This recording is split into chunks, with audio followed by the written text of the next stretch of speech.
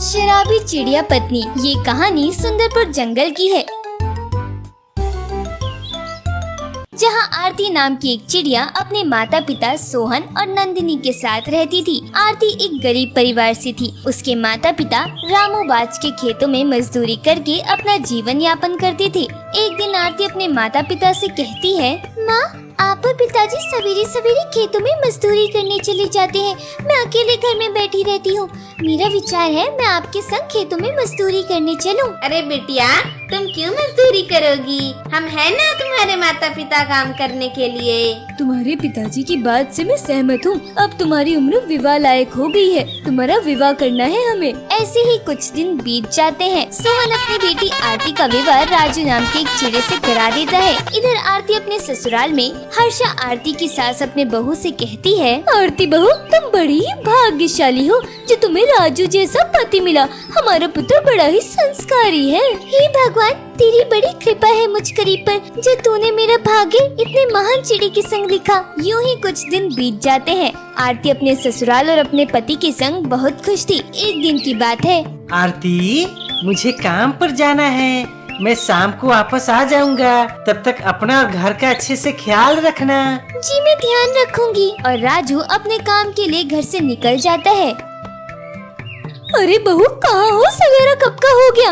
अभी तक तुम अपने कमरे में ही हो? जी माँ जी। अरे बेटा आरती, घर में कितना काम बाकी है। जल्दी से सारा घर साफ कर दो। आरती रसोई और घर के कामों में मसरूफ हो जाती है। तभी राजू शराब के नशे में लथपथ हुए घर में प्रवेश करता है। आप इतने कम समय में घर कैसे आ गए? राज गुस्से में आरती को एक थप्पड़ मारता है और कहता है, ये मेरा घर है। मैं जब चाहूँ घर आ सकता हूँ। तुम कौन होती है सब कहने वाली?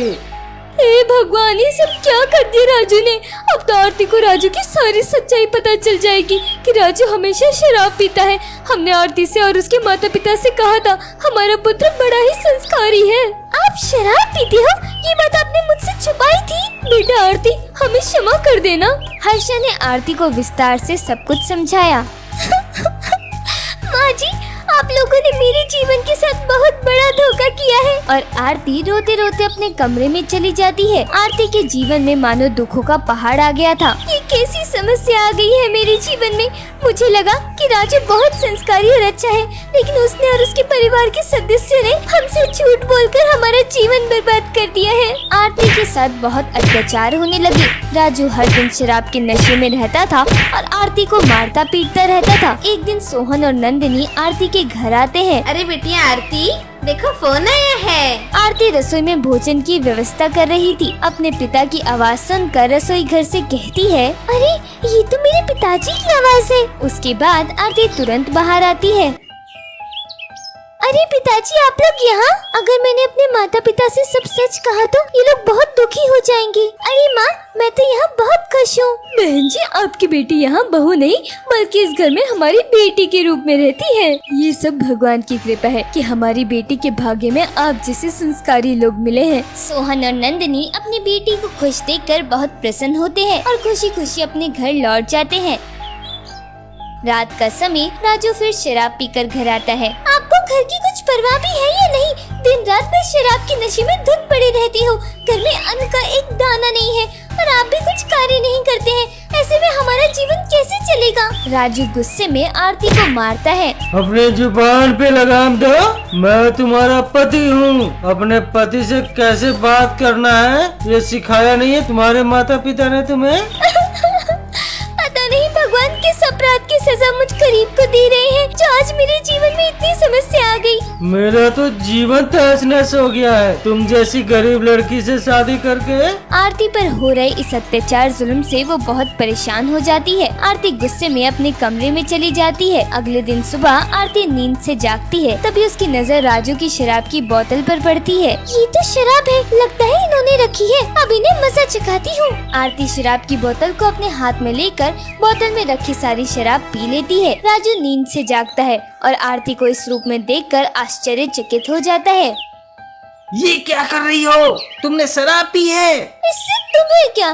मेरी मर्जी, मैं जो चाहे पीऊं। राजू गुस्से में आरती के ऊपर हाथ उठाता है। आरती राजू का हाथ पकड़ लेती है और राजू को एक चाटा मारती है। जब तुम शराब पीकर इतना सब तमाशा कर सकते हो, तो मैं तो तुम्हारी धर्म पत्नी हूँ, मैं ये सब क्यों नहीं कर सकती?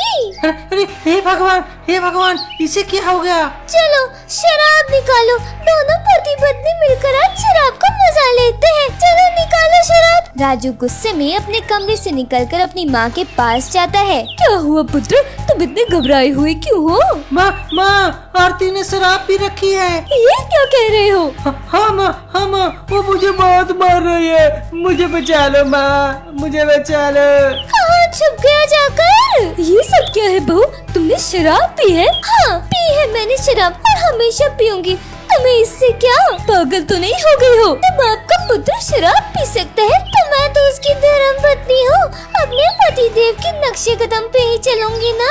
तुम्हें पता भी है आरती, तुम्हारे इस रवैये से समाज वालों में हमारी क्या इज्जत रहेगी? जब आपका पुत्र शराब पीता है तब आपके समाज वाले कुछ नहीं कहते आपको, और जब मैं शराब पी रही हूँ तो आपके समाज में बदनामी हो रही है।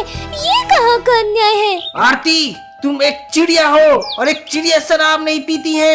मैं चिड़िया हूँ तो क्या हुआ, मैं भी शराब पीऊंगी। तो मैं तुम्हें छोड़ दूंगा। तुम्हारी हरकतों से समाज में हमारी कितना अपमान होगा। अच्छा, मेरे शराब पीने से तुम्हारा अपमान हो रहा है, तो क्या तुम्हारी शराब पीने से मेरा अपमान नहीं होगा? हर्ष और राजू आरती की ये बात सुनकर आश्चर्यचकित हो जाते हैं और बात तो तुम्हारी सही है आरती, तुमने मेरी आंखें खोल दी है। मैं तो दिन रात शराब के नशे में पड़ा रहता था, कभी ये इस बात के एहसास भी नहीं हुआ कि मेरी इस हरकत के कारण मेरी माँ और तुम्हारा समाज में कितना अपमान होता होगा। मुझे क्षमा कर दो माँ और आरती, मैंने अनजाने में तुम दोनों को बहुत तकलीफ दी है। मैं अपने किए पर बहुत शर्मिंदा हूँ। मैं कसम खाता हूँ आज के बाद कभी शराब नहीं पीऊंगा। बहू, जो काम मैं इतने बरसों में नहीं कर पाई वो तुमने कर दिखाया। सच में बहू, तुम बड़ी महान हो जो मेरे पुत्र को सही रास्ते पर ले आई। आरती, आज से मैं बहुत मेहनत करूंगा, मजदूरी करूंगा और अपने परिवार का जीवन बेहतर बनाऊंगा। उस दिन से राजू का जीवन एकदम से बदल गया। राजू दिन भर मेहनत मजदूरी करके अपना और अपने परिवार का खूब ख्याल रखता था।